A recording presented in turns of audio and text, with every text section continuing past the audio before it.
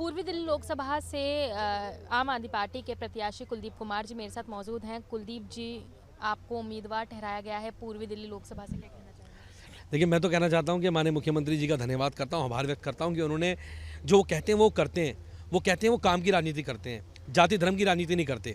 वो कहते हैं कि अगर आप में प्रतिभा है तो पैसा बाधा नहीं बनेगा, अगर आप में प्रतिभा है तो आपकी जाति बाधा नहीं बनेगी, आपका धर्म बाधा नहीं बनेगा। उन बाधाओं को तोड़ते हुए मुख्यमंत्री जी ने दिखा दिया कि पूर्वी दिल्ली की जो जनरल सीट थी वहाँ से उन्होंने मुझे टिकट दिया, और इसलिए दिया क्योंकि मैंने वहाँ काउंसलर के रूप में काम किया, मैंने वहाँ विधायक के रूप में काम किया, पूरी दिल्ली के लोगों की सेवा करी। कोविड काल में दिल्ली के तो बड़े अस्पतालों के अंदर मैंने सेवा करी, पूरी दिल्ली के इलाज कराए, लाल बहादुर शास्त्री हो, जीटीबी हॉस्पिटल हो, और उन्होंने मेरे काम को देखते हुए मुझे मौका दिया। मैं एक बहुत छोटे से परिवार से आता हूँ, एक सामान्य परिवार से आता हूँ, और छोटा सा कार्यकर्ता था। एक छोटे से कार्यकर्ता को इतनी बड़ी जिम्मेदारी मुख्यमंत्री जी ने दी है, तो मैं उनको विश्वास दिलाता हूँ कि जिस विश्वास के साथ आपने मुझे जिम्मेदारी दी है, मैं पूरी दिल्ली की सीट सबसे पहले जीत के दूंगा आपको। और मैं जनता की सेवा में जैसे पहले खड़ा होता था, सांसद बनने के बाद भी पूरी दिल्ली के लोगों के लिए खड़ा रहूंगा और उनकी आवाज़ को इस देश के सर्वोच्च सदन में ले जाने के काम करूंगा। सर, लोकसभा चुनाव में समय भी कम रह गया है, क्या क्या वो के लोग की अगर बात की जाए, क्या क्या मुद्दे रहेंगे चुनाव में लड़ने के लिए?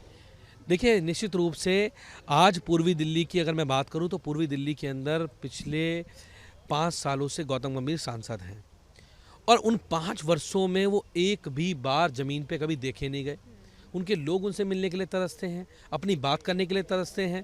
वो उनके भाजपा के खुद मेरे मित्र हैं बहुत सारे जो उनसे तक नहीं मिल पाते हैं। तो मैं उनको एक तो विश्वास ये दिलाता हूँ कि आपका बेटा हमेशा आपके बीच में 24 घंटे आपके लिए तैयार रहेगा। कभी भी आप फ़ोन करेंगे, कभी भी आप मिलना चाहेंगे, मैं आपके लिए तैयार रहूँगा।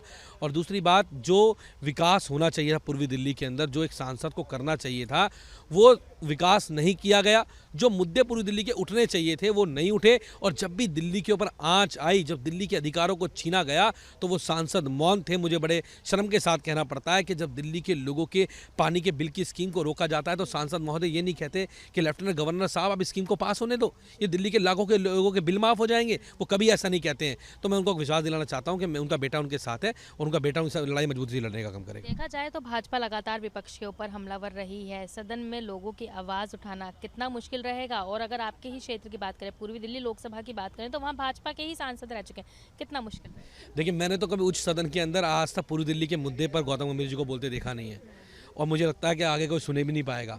तो उनकी आवाज़ हम बनेंगे। मुझे लगता है चैलेंज नहीं है, ये तो मेरे लिए अच्छा है कि एक ऐसा व्यक्ति के सामने हमें चुनाव लड़ना पड़ेगा जिसके पास बहुत पैसा है, वो सेलिब्रिटी है, लेकिन ज़मीन पे नहीं है। मेरे पास पैसा नहीं है, मैं गरीब हूँ, सामान्य परिवार से आता हूँ, लेकिन लोगों के बीच में रहता हूँ, लोगों की सेवा करता हूँ। चलिए, बहुत बहुत शुक्रिया हमसे बात करने के लिए। हमारे साथ कुलदीप कुमार जी, जो कि पूर्वी दिल्ली लोकसभा के उम्मीदवार हैं, और उनका यही कहना है कि अब तक जो भाजपा के पूर्वी दिल्ली के सांसद रह चुके हैं, उन्होंने तो कभी सदन में दिल्ली के लोगों की आवाज़ उठाई नहीं है, लेकिन कुलदीप कुमार जी अब पूरा प्रयास करेंगे कि दिल्ली के लोगों की आवाज़ सदन में उठा सकें। वीडियो जर्नलिस्ट मनीष के साथ भावना, न्यूज़ इंडिया, दिल्ली।